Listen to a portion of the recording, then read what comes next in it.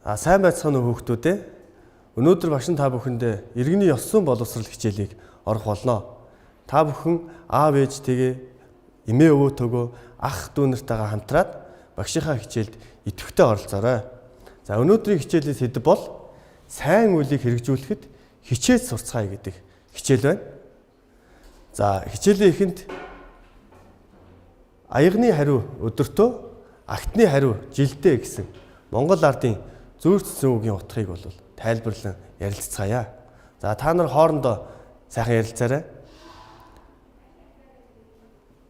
За энэ үгийн утга бол чиний сэтгэлээс бусдад хүргэсэн сайн үйл, эерэг бодол бүхний чинь хариу эрт орой хизээ нэгэн цагт чамд заавал ирдэг юм шүү гэсэн утга санааг илэрхийлж байгаа ийм зөв үг байна.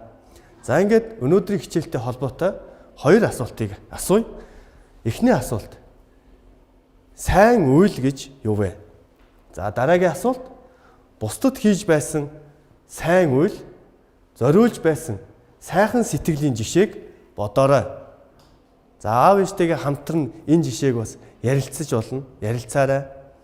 За зөвхөн биеэр үйлдэх хэн нэгэнд туслахаас гадна бол чиний бусдын талаар бодож байгаа эерэг бодол бүхэн чинь сайн үйл юм шүү. За жишээлх юм бол найздаа хичээлдэн туслах юмсан, хөдөө байгаа өвөө эмээдээ туслах юмсан гэсэн энэ бодол бүхэн чинь бол сайн үйл гэдгийг ойлгоорой. За тэгээд сайн үйлтэй холбоотой дараах зургнуудад анхаарлаа хандуулцгаая хэвэл.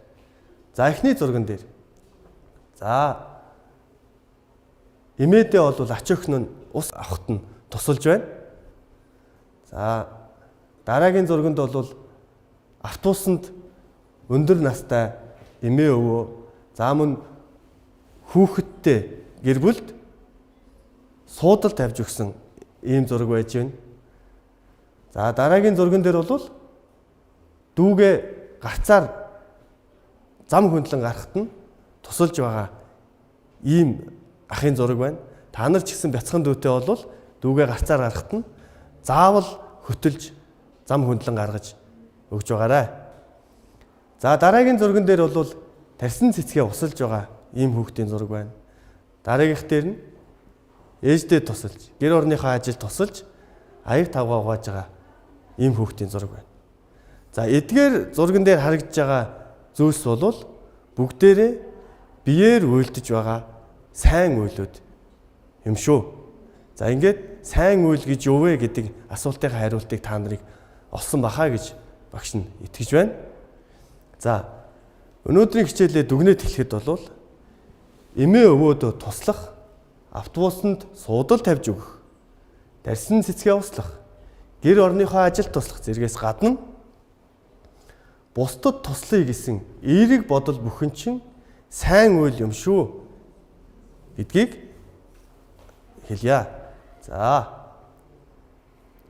гэрийн даалгаварт бусдад сайн үйл хийсний дараа чамд ямар мэдрэмж төрсөн бэ гэдгээ гэр бүлийнхэнтэйгээ хамтраад иргэний ёс зүйн боловсролын хичээлийн дэвтэр дээрээ бичиж багштай дараа нь шалгуулаарай. За анхаарал хандуулсан явдалд баярлалаа.